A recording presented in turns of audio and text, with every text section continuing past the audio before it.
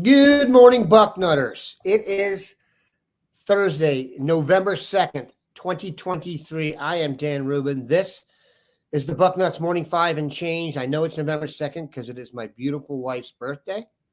As I said, it is her ex-annual 39th birthday. If you get up where I am, you guys know what that means. Today, we welcome the wonderful duo of Mark Porter and Bill Kurelic, and we have a packed show for you.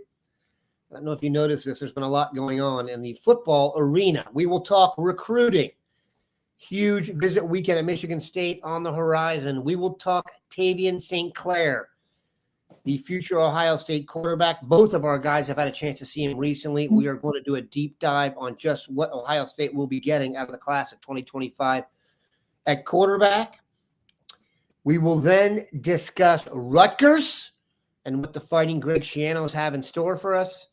And we will finish with a quick chat on the Fighting Khakis and their ability to sustain the news cycle we're going on. I know Bax did a Wednesday show over a week ago called Bax on Michigan.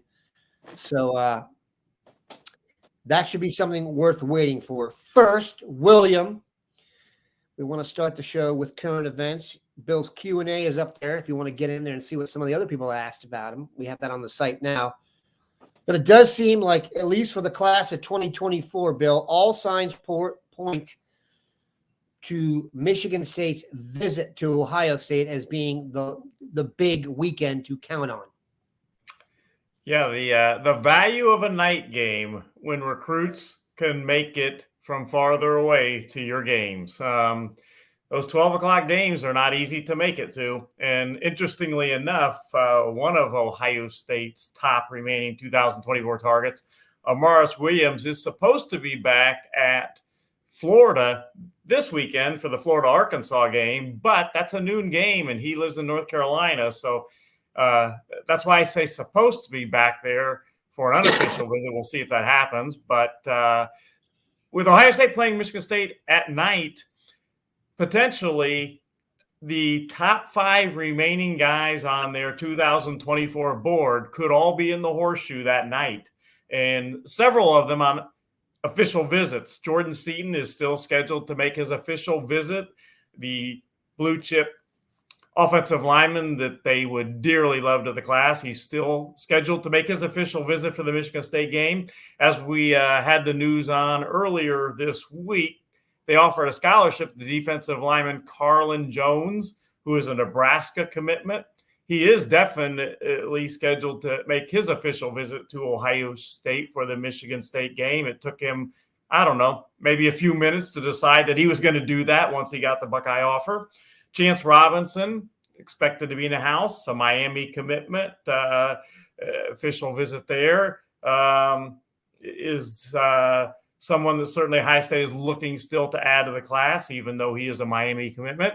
Deshaun Warner is maybe going to make an official visit for that game. We don't know for sure right now because the Arizona playoffs, they have 2 sets of playoffs, and it kind of depends on which playoff they're in as to when he may get to Ohio State, either November 11th or November 18th. And then the previously mentioned Amaris Williams, he indicated earlier this week that he is considering making it back to Ohio State. It wouldn't be an official visit. He made his official for the Penn State game, but he's considering making it back to Ohio State for the Michigan State game on an unofficial visit. So you look at those 5. Those are the top 5 remaining targets right now for Ohio State for the class of 2024. They could all very well be in Ohio Stadium for the Michigan State game. So that's big. And then you've got a lot of 2025 guys that are certainly Ohio State targets that will be on unofficial visits for that game. So that's your latest on the recruiting front. Speaking of 2025, one guy who could be in the house, Tavien St. Clair. So, we've had tons of coverage on Tavien throughout the last, 18 months or so. But I think the thing we have up there now, Mark's Buckeye in the Sky, is the best kind of up-to-date look at what you're getting. And I'll just say this. If you judge people on the eye test, Tavien St. Clair would get an extremely high grade. he just moves like you want someone to move. I don't know how else to say that. It's like I've looked at a million quarterbacks in my life, and your eyes kind of pick up the pattern of what's right. He looks right. Mark, bring us up to speed on what you saw, what you expect out of him, progress, whatever you think the people need to know about their future quarterback. Yeah, what's really impressive is Bill saw him a couple of weeks ago against Jonathan Alder, and I saw him against John Glenn, and I only needed a half to see him because it was pretty much over by the time I was walking out of there at halftime. He had 4 touchdowns, but Bill and I had discussed it. He doesn't throw the ball a lot because the brand of football they're playing is what fits their team. They're running the ball a lot. They don't have 4 or 5 receivers that like make you want to throw the ball every play. They just have normal, good high school kids at the lower levels. It's not like you have the posse or like it's really just a normal high school team, and boom, you have this unbelievable quarterback running the show. So when they use him to throw the ball, you see the flashes of brilliance. And what's so impressive about the film, you said it's such a great film, it's only based off of a couple throws from 2 games. It's not like I went through 10 games and handpicked 10 or 12 of his best throws throughout the year of his 200 or 300 throws. It was like, hey, here are the 7 throws from the first half. Here's all 7 of them. Like it was no smoke and mirrors of, hey, I'm going to throw out the one where he threw it into the ground and throw out the play. And there aren't those plays. You're not. I'm not hiding anything from you having seen him. Like he doesn't make bad throws. You know, someone said, you know, with his completions, he pretty much completed every pass because it's easy for him. He's like a big giant standing back there and just think, and just, you know, kind of peppers these guys with targets. So the game he's playing is very efficient. It's not meant to be flashy, but it is. As far as his talent, I wish I could say he's the perfect hybrid of Cardell Jones and Braxton Miller. Like if you scrunch those 2 into one, he's right in the middle. He's not quite as fast as Braxton. He's big like Cardell, but he's got a little more athletic ability than Cardell. So that shades him more to Braxton. So I'm always trying to think of a comparison. He's not quite Cam Newton or Dante Culpepper, you know, that big 6'5", but maybe he could be, you know, the way he's grown. He's 6'4", 210.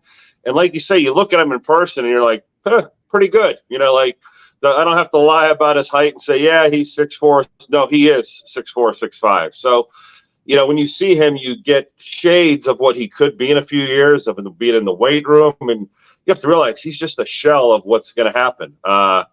What I like about him the most, though, is he's not robotic. And this will probably be my last point on him, is a lot of coaches or a lot of quarterbacks get trained up where they only throw the ball 1, 2, 3, 4, plant and throw. It's like real repetitive. It looks the same every time. And it's not bad to be robotic as a quarterback. You almost want to be a human jugs machine.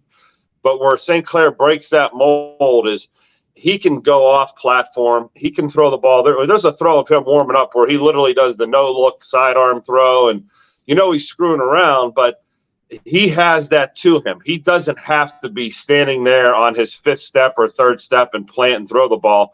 He can shuffle around and throw things off schedule, and that's kind of the part you like about him, the ad-lib type part of his game where he's not just going to be a pocket guy and, I don't know what to do once the play breaks down. It seems like that's almost where he gets more comfortable. But, you know, I've covered him for your saying like the last year, 18 months, you can see the growth.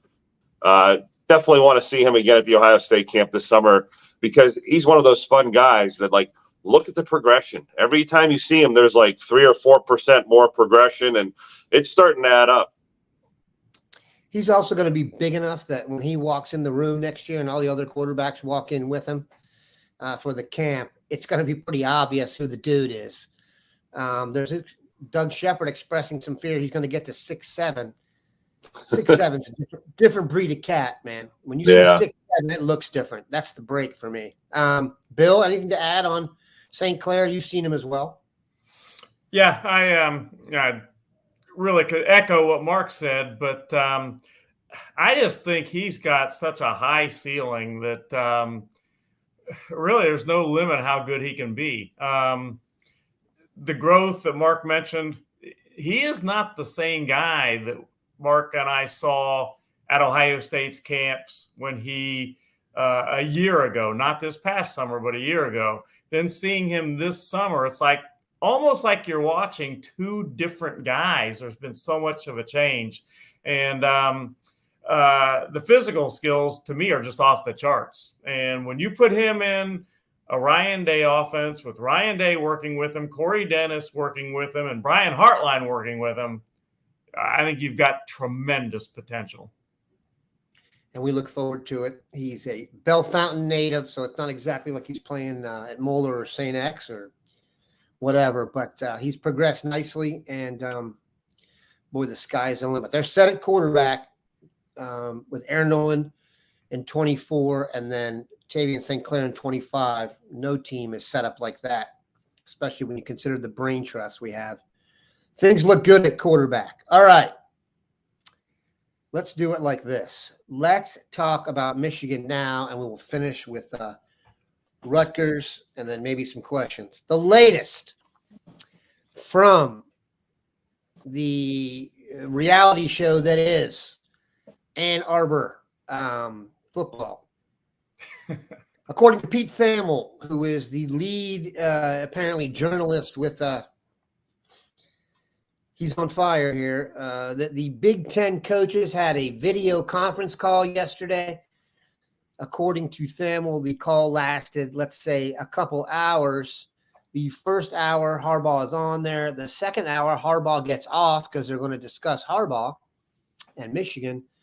And apparently they put pressure on Tony Petitti, the grand poobah, as it were, of the Big Ten, to take some action. Now, the Big Ten can take action, and the NCAA can take action here if they see fit. We all know that the NCAA moves at a snail's pace. I saw Heather Dinich with a great statistic yesterday that the quickest NCAA investigation on record lasted 366 days.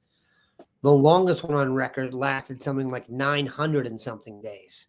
So some of these guys will be on their second NFL contract by then, and it won't have the biggest impact.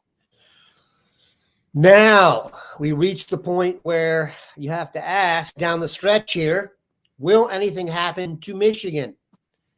I will let you guys chime in on that. And if you've heard anything, this is obviously a big topic of discussion in the coaching community.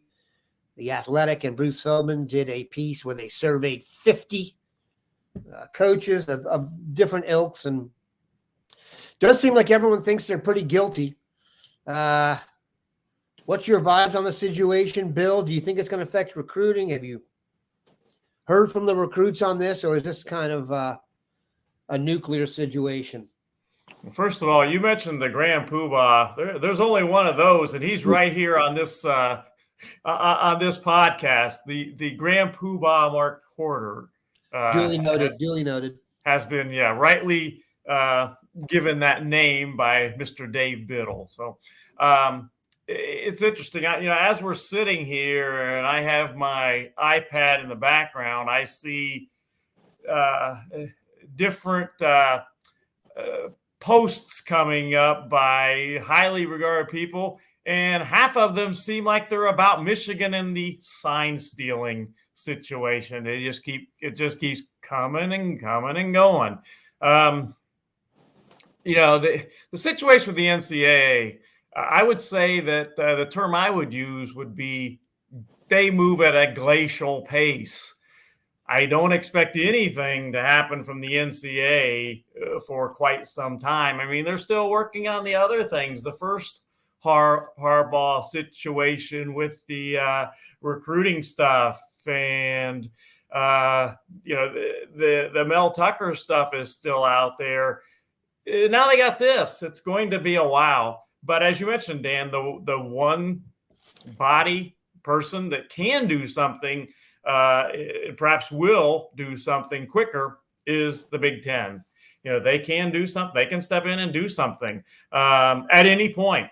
Now, having said that, it's really it would really be uncommon for them to step in and do something during the middle of an NCAA investigation. That doesn't happen very often. So while I think it could happen, and while the coaches or the people on that call yesterday want it to happen, I don't have a lot of faith that it's going to be honest, right now, because it is really uncommon for the Big Ten to step in during the middle of an investigation and during the middle of a season and do something. So we'll see what happens. But, what are they going to do? I mean, there's a lot of potential penalties out there, vacating wins, for instance, suspensions. Skyans has already been suspended, competing for the Big Ten championship game. That certainly has been brought up. Fines have been brought up, a bowl ban. There's a lot of things that have been brought up that could happen. I'm just not convinced right now that the Big Ten is going to step in during the middle of a season, in the middle of an investigation, and take action like that. Yeah, far be it from me to publicize another radio show. I don't even, are we a podcast or a radio show? Who knows? But Mike Valenti, 97.1 in Detroit, does a midday show with a guy named Rico. And it is the most entertaining thing on this you can possibly get. Keep in mind, in Michigan, that is not a one-team state. So if you're doing radio, you got the Michigan guys in the morning. You got to have the Michigan State guys in drive time. So there's more of a balance, whereas Columbus radio is all Ohio State centric. However, it's definitely worth a listen, and they talk about what can happen. And like Bill said, Petiti is the only one with any control. The worst case scenario for the Big Ten is, Michigan wins the Big Ten, wins the Big Ten championship game, and you're getting ready for the playoffs, and more stuff comes out. And now all of a sudden your team that is representing the Big Ten looks like a big-time cheater. And yes, that will bother everyone. But keep in mind, there's only 4 teams that go. What if Michigan keeps Texas out? And then during the playoff, it's found out that Michigan was even dirtier. How do you think the people at Texas will respond to that? My guess is not well at all. So it will be interesting. Mark, your thoughts? I'm going to kind of go back to what I said last time about this and go a little deeper. The stuff we're seeing in the visual proof of, Stallions on the sideline, standing next to coaches, the Ohio State clip where they're all pointing in the air because they know it's a pass play. That's what I talked about last time. As a play caller, you sit there all week with percentages in front of you. On 2nd and 8, there's a 63% chance they're going to be in a 4-3. There's a 42% chance there's going to be in a 6-2. And you just beat your brain, and you ask these coordinators to be mathematicians so when they get there, they can dial up the exact play to beat the exact coverage at the exact time. You're telling me that Michigan has a way that they know what's coming at all times, and they can set their fronts and call their offenses into these things. And boy, I think what maybe the fans would maybe need to see to take this a little deeper is to show an actual game where, okay, here's Ohio State on 3rd and 10. They're calling all goes. Look at the Michigan sideline, giving the signal. Look at how they stopped this play on 3rd and 10 because their coverage, they had 7 guys in coverage. They knew what they were doing, and that therefore changed this game. Here's a little bit more later into that game. We're on a 3rd and 4. Michigan comes out in a run-stopping defense because they know Ohio State has zone to the right, 2-yard loss. Ohio State loses the ball. Again, this is changing games. This is as close to cheating and changing the outcome of games live as you can possibly get.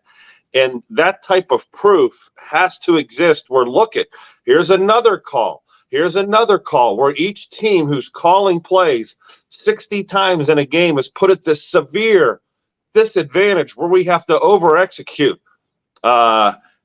I just think if you could get that reel together that shows, okay, look at them on the sidelines again. They're all doing this. Then here comes the defense that stops that. And, boy, I think that is a death penalty type of scenario. Like we were saying, yeah, you're going to vacate wins. You're not playing in the bowl games. And, until we can get this stink off of you and prove that you're not cheating, because you've gathered information on teams that you're going to play this year. How do we know it's not committed to your memory? You didn't look at it, a couple of weeks ago, and you don't already have a beat on the signals for Ohio State. I will say, you see a lot of sidelines where you got like Justin Fry wearing a green shirt, you got someone else wearing an orange shirt, a yellow shirt, and they're all doing signs. And yeah, you're trying to hide the signs from other teams by having 3 or 4 guys holding up cards and having dummy signs. But if you're the other team and you know the signs, how long does it take you to decipher which guy's live? Hey, the guy in red's the one calling the real stuff. We watched the first. We had someone watching all 3 on the first series. It all matched up on the red guy. The red guy's live. Everything he says, we're watching. And now, so that doesn't even decode this cheating. I mean, this is, yeah. Well, that's why you go to 8 games, because then you have every single possible machination of the colors. Okay, yes, every single situation, and Navy SEAL guy sits down and breaks it all down. Yeah, and that's kind of what I'm getting at, is this is really, boy, a deep dive into how you could cheat. If there's one way you, other than tapping into their headphones with some signal, having some a Navy guy come in and say, hey, here's how you tap into the head signals, and we'll just listen to everything coming in and out. This is that. It really isn't. And I can't tell you, as a player, if you told me at my position, hey, this is run, this is pass, I'm coming off the ball in a different way. I'm coming with my eyes in a different place. I'm ready for I have a pass rush move pre-planned. I mean, it's really, I can't even tell you what percentage of an advantage it is. So that's why I think everybody's so fired up. Like, hey, we all saw the white Bronco driving down the freeway. And that's what this is. Like, we all see it.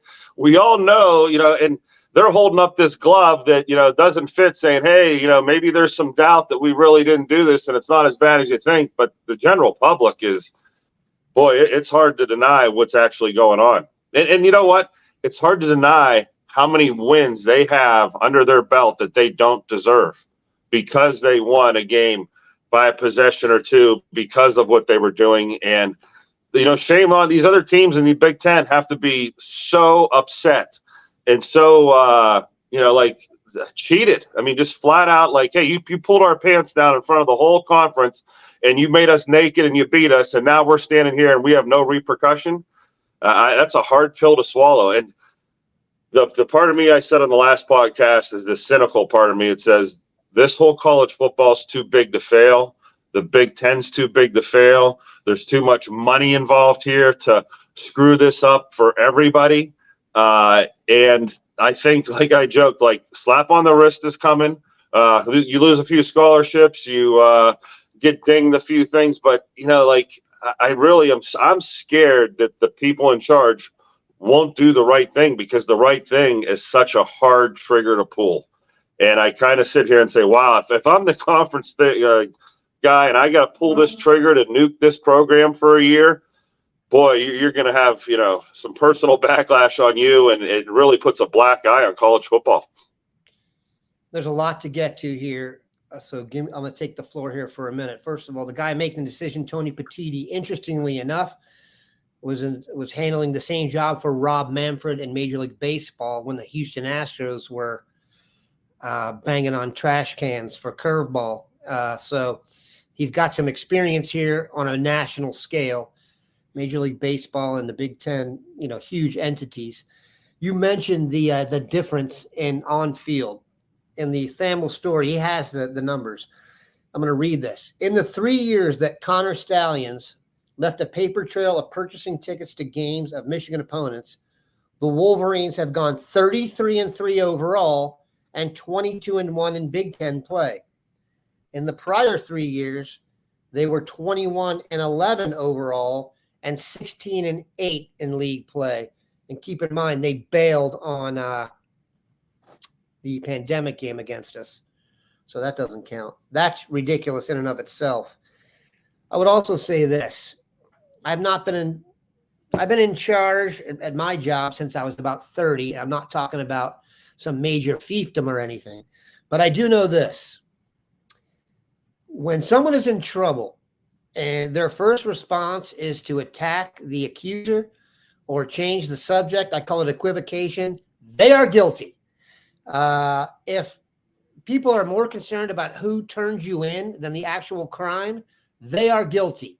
That doesn't mean the person who turned them in didn't do it under nefarious auspices. But when people try and make you scramble, they're guilty. That's just a fact. Now, are there exceptions to the rule there? I'm sure. But generally speaking, every single person here who's ever been in charge of anything, including their own children, know when someone's guilty. And you can see how they act. It's a lot of deflection. So will the Big Ten act? Who knows? I mean, I don't know Tony Petitti. All we know of Tony Petitti is the Houston Astros deal. There are some people that think, and Valenti, I mentioned earlier, is a Michigan State grad. His comparison was, do you remember when D'Antonio was beating you like a drum and you couldn't figure out why at Michigan and you were verklempt about it? If you had found out he was cheating the whole time, how do you think you'd feel about it? And he said D'Antonio will be run out on a rail because it's Michigan State. And Michigan and Ohio State are the Clydesdales of this conference. Don't kid yourself. Everyone says, "Oh, the ratings change when those two teams are in it." That's just a fact. So we shall see.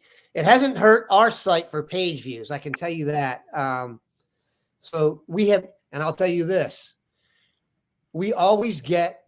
Dave and I joke about this. We always get a good number of Michigan fans that listen to this podcast. In fact, we get these statistics that tell us the top 5 podcasts most recently, meaning over the past 2 days or so, which podcasts have been listened to the most.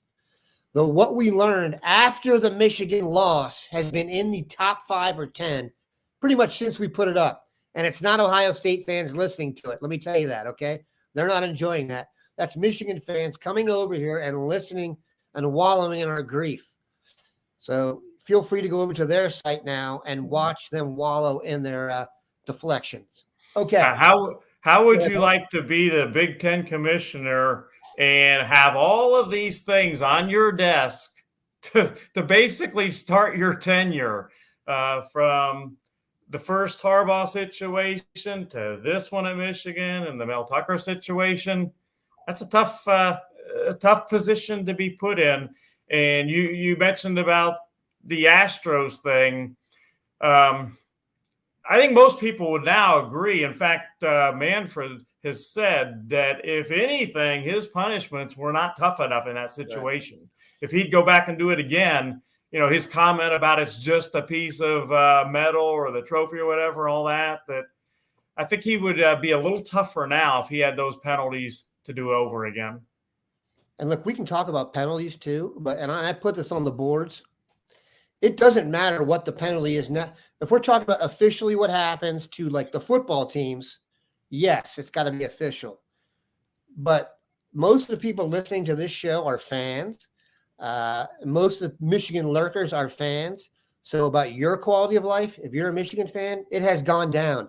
No matter where you go, no matter what you do going forward, when you talk about football, even the people who don't know football are going to make a Michigan joke at your expense in your face. If that doesn't bother you, you have nothing to worry about. But I'm talking every single time you bring it up, every single time you want to have that pride about beating Ohio State, you're not going to get the feedback you want. Now, you can hunker down, as we've seen, or with your other Michigan fans. But I'm telling you, you get on a plane in California from Los Angeles to Bangladesh and say you went to Michigan, you're a football fan, the joke is coming. Okay? As I say, the internet. Trust me. Go ahead. The internet is undefeated.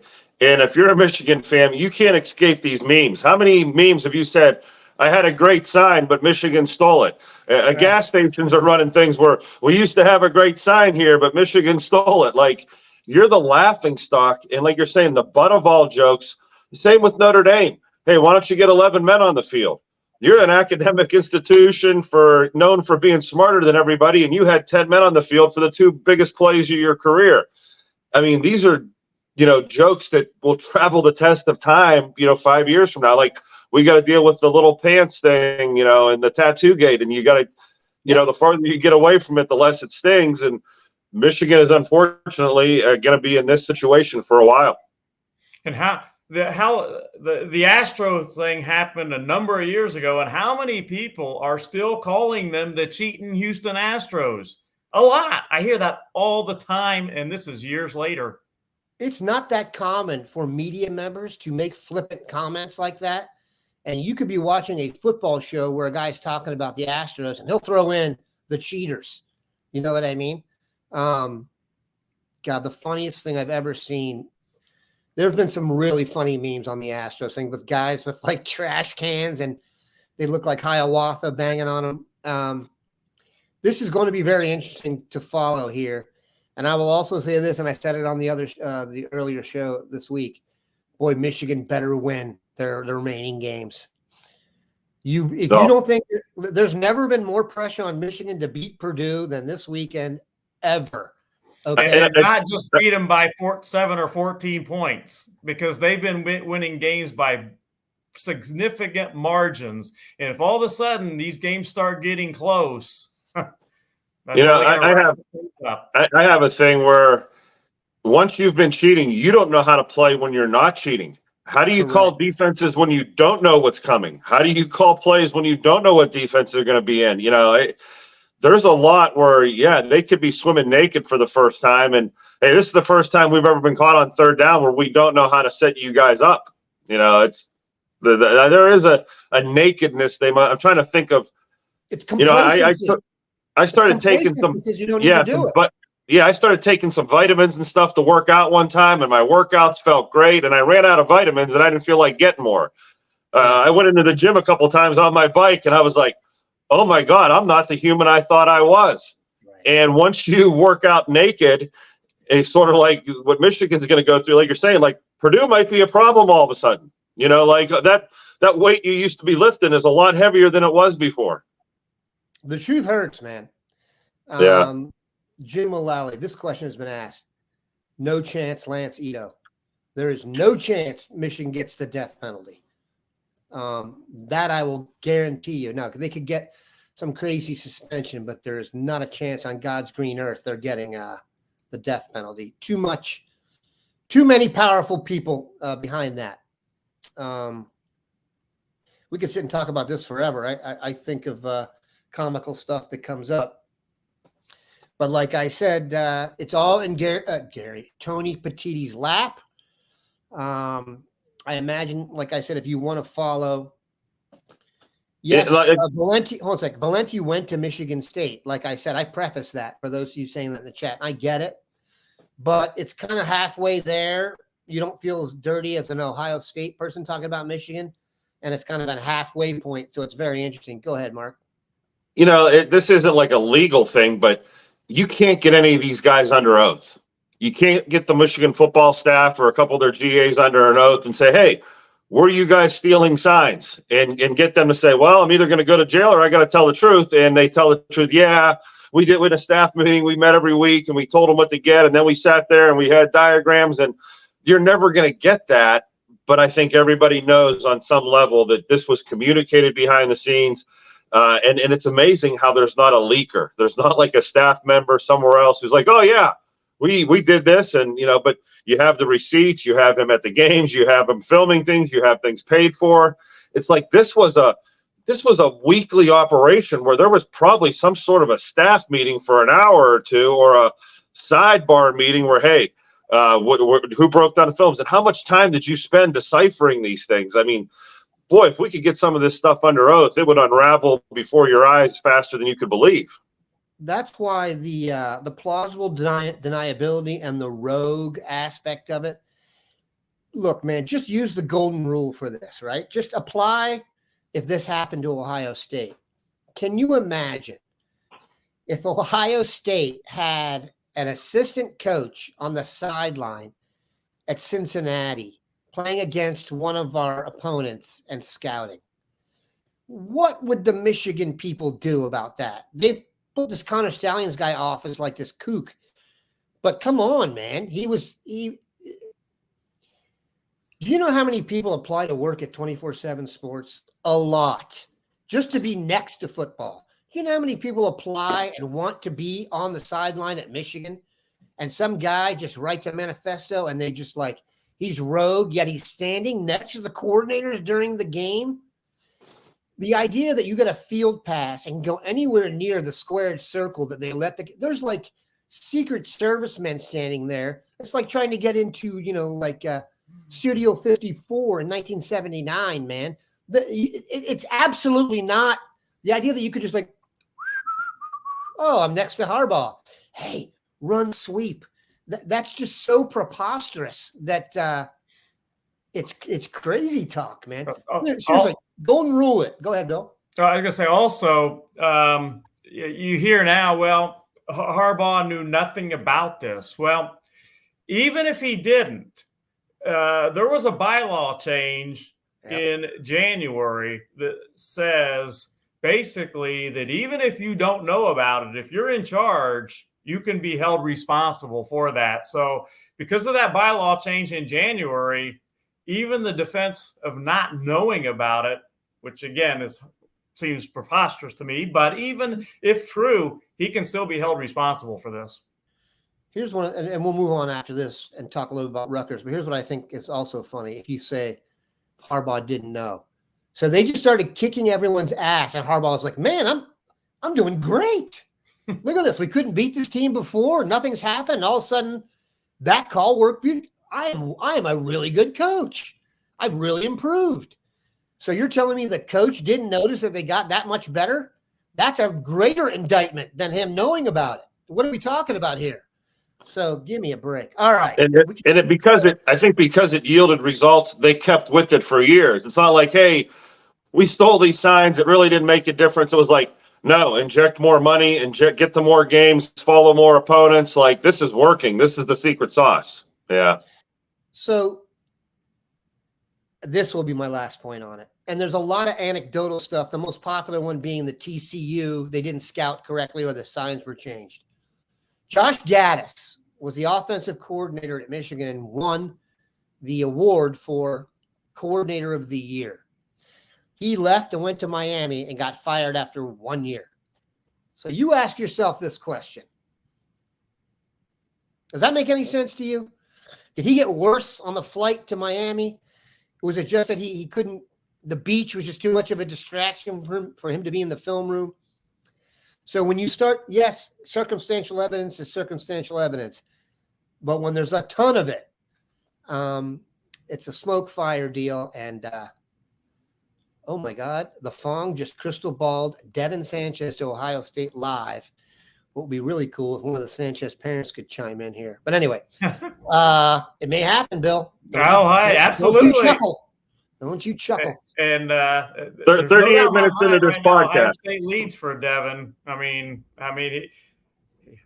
like he told me right after that Penn State game, he said, if they keep doing what they are doing, they're going to run away with this recruitment. And I don't think Ohio State is going to change a lot of what they're doing when they're doing it so well. We didn't talk about the defensive back haul that could be coming for Ohio State. But I'll say this. If it goes the way I expect, and Bill, let's not comment on this because we'll be here for another 45 minutes. It could be, you could start to see Ohio State recruiting defensive backs in the same light we see wide receivers right now. I'll just say that. All right, Rutgers. Bill, your thoughts? Well, impressive job to begin with by Greg Schiano. I mean, he's got the fighting Rutgers at 6-2 and bowl eligible already. That's pretty impressive. They're a good team, and going there is not going to be a cakewalk. I don't necessarily think their offense, though, is pretty pedestrian. I think they're not even in the top 100 offensively. The one thing they do fairly well offensively is run the ball, but that doesn't match up well against Ohio State because Ohio State has been pretty darn successful at stopping the run. I can't believe that Ohio State, that they're going to just run the ball an entire game down Ohio State's throat. Their quarterback, Wimsatt, is pretty good, as far as running the ball. On the other hand, Rutgers' defense is pretty good, especially against the pass. And we know Ohio State has been, I guess you'd say, is struggling a little bit at times with the pass lately. But the other thing I would say is that the Rutgers did give Michigan a game for a half. I think it was 7-7, if I remember right, late in the second quarter. I believe Michigan may have scored a touchdown at the end of the second quarter to take a one-touchdown lead at half. But they did give Michigan a game to halftime. Now, having said all that, I think eventually Ohio State is going to pull away and win this game. It just may not happen just like that, but eventually I think they will pull away and win this game by at least a couple touchdowns. I want to mention that in terms of jokes, when you said Rutgers and Michigan were close at halftime, the joke there is they were just getting their signs together for the second half and getting everything settled because that's how they do it. Anyway, that's what could happen joke-wise, Bill, not really. There's a question asked, Mark, before we get to your thoughts on Rutgers, because I wanted to mention this guy. One of the names that's really popping up on the recruiting front is the Columbus name, Dwayne Galloway out of Marion Franklin. 6'2", runs like the wind. Your thoughts? Yeah, his offer list has gone through the roof the last couple months here. And we've been following the offers and the film. Unfortunately, they got knocked out of the playoffs last week by St. Clairsville, I believe. And I was hoping they could have made it one more week so I could have got a chance to see him. I didn't want to go down there along the I-70 towards West Virginia to check out the game last week. It didn't fit my, geographic needs. But you know what? Well, we're going to have to dive into him a little, deeper as we get into the offseason and, we start looking at guys. But I believe he's related to the Galloway that is headed to Purdue, that was headed to LSU, the tight end that started at Unoto, went to Chillicothe, and is now at Pickerington Central for his senior year. He's on his third school in 3 years. Remember Tavien Galloway? Yeah. So yes. There's a connection there. So I think he's been on a lot of the trips and he's been around and the coaches are familiar with him. But yeah, that's what I have on him so far. And it's like people want to know, is he Ohio State? It's too soon to tell until I look at the board of other guys at his position. Definitely going to be one of the top guys at his position, but Ohio State usually only takes one or two at each position. Are there other guys that are going to outrank him by the end of the year, nationally or in Ohio? And your thoughts on the Fighting Greg Schianos?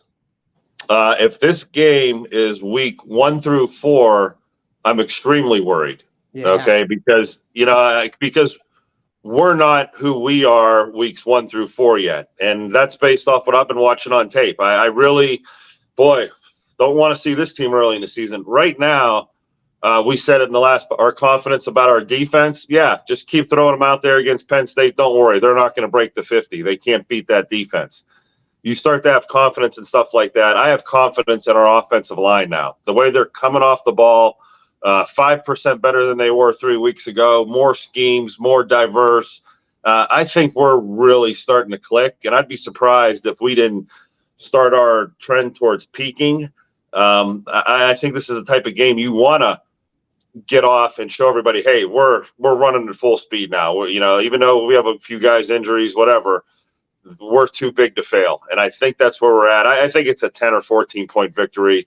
If Ohio State didn't get to 25 or 30 points, that would kind of boggle my mind the way they're playing. So I think we're okay. I don't have the angst or nervousness I may have had earlier in the year. Like, I don't know who we are yet. I think I know who we are. Make sure you check out the boarding house today. I've talked to an NFL person you'll be surprised about one of the offensive linemen they think is playing a lot better. Excuse me for taking a deep breath there. My thoughts on Rutgers, I have said this. This is going to be the kitchen sink game. They run a high school offense. They don't throw the ball. And they're going to be like trick plays. You're going to see 2 or 3 trick plays in this game. My guess is that you've never seen before. Because that Schiano knows very well he cannot play us straight up and win. This is a big deal game to Kyle McCord. I'm not sure they were season ticket holders, but he grew up a Rutgers fan, going to Rutgers games. He has a ton of respect for Greg Schiano. This is the Kyle McCord game.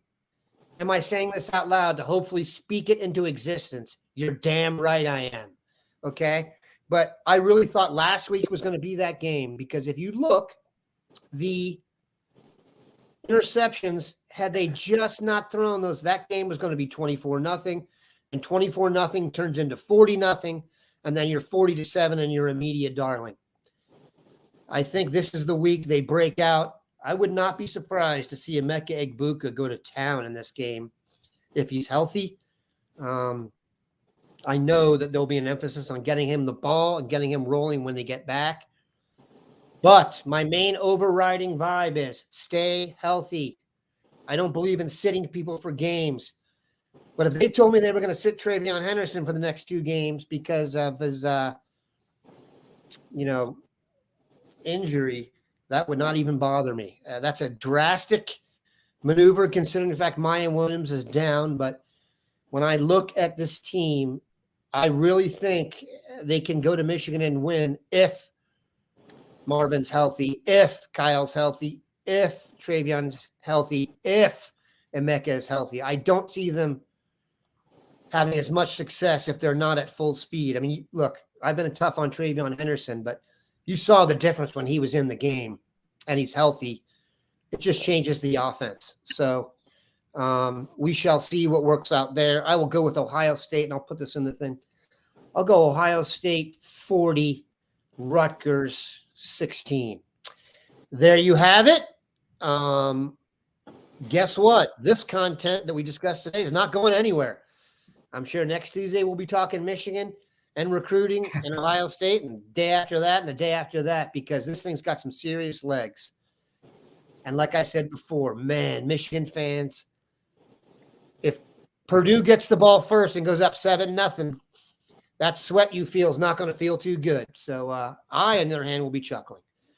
I appreciate these guys stopping by. We'll have a total report on everything they saw on Monday. Have a good one, Bucknutters.